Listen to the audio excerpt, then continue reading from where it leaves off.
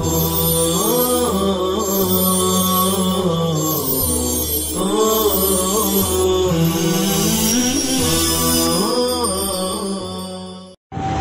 اللہ الرحمن الرحیم الحمد للہ رب العالمین والصلاة والسلام علی اشرف الانبیاء والمرسلین نبینا محمد بن عبد اللہ خاتم النبیین وعلی آلہ وصحبہ اجمعین اما بعد۔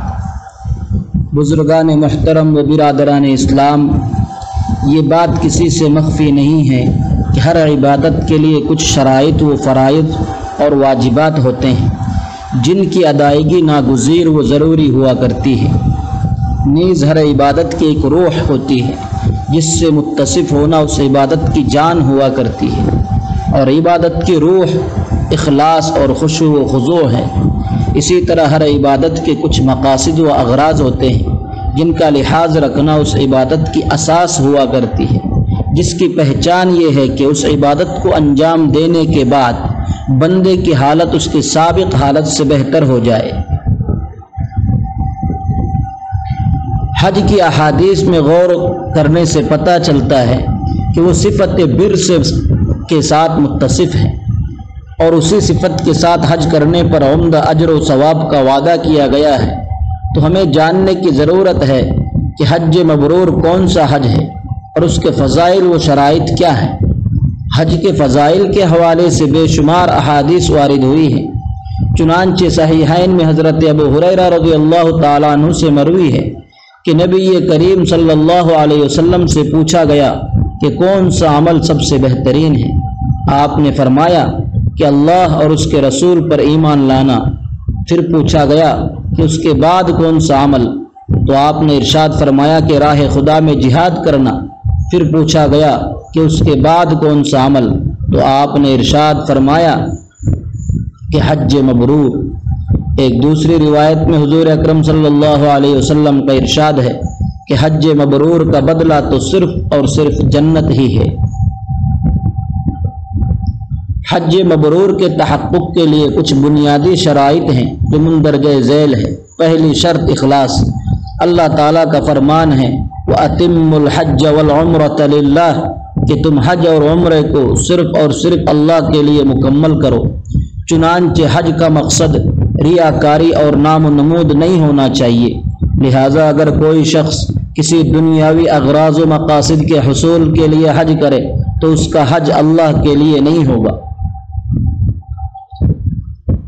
ایک شخص نے حضرت عبداللہ ابن عمر رضی اللہ عنہما سے کہا کہ حاجیوں کی تعداد کس قدر زیادہ ہے؟ حضرت ابن عمر رضی اللہ عنہما نے فرمایا کہ حقیقی حاجی تو بہت کم ہیں۔ پھر آپ نے ایک شخص کو دیکھا کہ وہ بوسیدہ کجاوے والے اور رسی کی نکیل والے اونٹ پر سوار ہے، تو آپ نے فرمایا کہ شاید یہ شخص ہو۔ حضرت شریح رحمہ اللہ نے فرمایا کہ حاجی بہت کم ہیں اور سوار بہت زیادہ ہے۔ حقیقت یہ ہے کہ نیکی کے کام کرنے والے بے شمار ہوتے ہیں، لیکن رضا الہی اور اخلاص کے ساتھ عمل کرنے والے بہت کم ہوتے ہیں۔ حدیث قدسی ہے، حق تعالی جل مجدہ فرماتے ہیں کہ میں تمام شرکاء کی نسبت شرک سے زیادہ بے نیاز ہوں۔ کوئی شخص جب کوئی عمل کرتا ہے اور اس میں میرے ساتھ کسی اور کو بھی شریک کرتا ہے تو میں اسے اس کے شرک سمیت چھوڑ دیتا ہوں۔ دوسری شرط مناسک حج کو نبی کریم صلی اللہ تعالی علیہ وسلم کے طریقے کے مطابق ادا کرنا۔ چنانچہ جو شخص مناسک کی ادائیگی میں کوتاہی کرے اور اس کے فرائض و واجبات میں کوئی کمی کرے تو اس کا حج مبرور نہیں ہوگا۔ حضور اکرم صلی اللہ تعالی علیہ وسلم نے حجۃ الوداع کے موقع پر لوگوں کو باقاعدہ اس بات کا حکم فرمایا تھا کہ وہ آپ علیہ السلام سے مناسک حج کو سیکھیں، اور اس کا مقصد یہ تھا کہ لوگ خود بھی سیکھ کر عمل کریں اور اس صحیح طریقے کو دوسرے لوگوں تک بھی پہنچائے۔ حضور اکرم صلی اللہ علیہ وسلم نے دین کے اکمال کے ساتھ ساتھ تمام مناسک حج کو بالکل واضح اور بے غبار کر کے لوگوں کو سمجھایا تاکہ لوگ اس عظیم فریضے کی ادائیگی میں غلطیوں سے محفوظ رہیں۔ لہذا ہمیں بھی ان طریقوں کو سمجھ کر یقین کامل کے ساتھ ان پر عمل پیرا ہونا چاہیے۔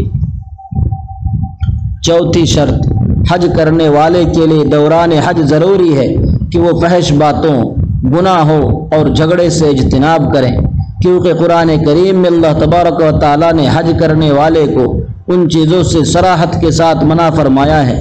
اللہ تعالیٰ کا ارشاد ہے فَمَنْ فَرَضَ فِيهِنَّ الْحَجَّ فَلَا رَفَثَ وَلَا فُسُوقَ وَلَا جِدَالَ فِي الْحَجِّ، چنانچہ جو شخص ان مہینوں میں احرام باندھ کر اپنے اوپر حج کو لازم کر لے تو حج کے دوران نہ کوئی فحش بات کرے، نہ کوئی گناہ، نہ کوئی جھگڑا۔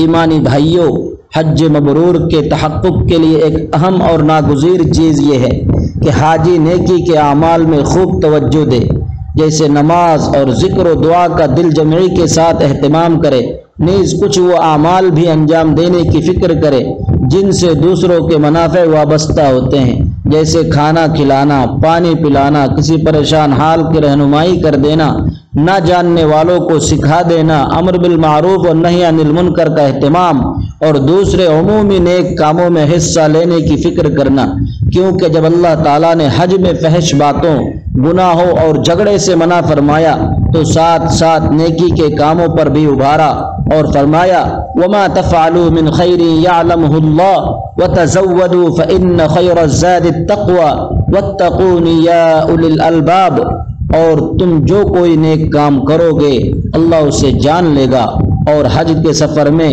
زاد راہ ساتھ لے جایا کرو کیونکہ بہترین زاد راہ تقوی ہے، اور اے عقل والو میری نافرمانی سے ڈرتے رہو۔ لہٰذا جو شخص فریضہ حج کی ادائیگی کا خواہاں ہو اسے چاہیے کہ اپنے حج کو صفت بر سے متصف کرنے کی فکر کرے اور اس عبادت کی ادائیگی میں رضا الہی کو مد نظر رکھتے ہوئے تمام شرائط کے ساتھ اسے انجام دینے کی کوشش کرے تاکہ اس کا حج مبرور بن سکے۔ اللہ تعالیٰ توفیق عطا فرمائے۔ وصلی اللہ وسلم وبارک علی نبینا محمد وآلہ وصحبہ اجمعین۔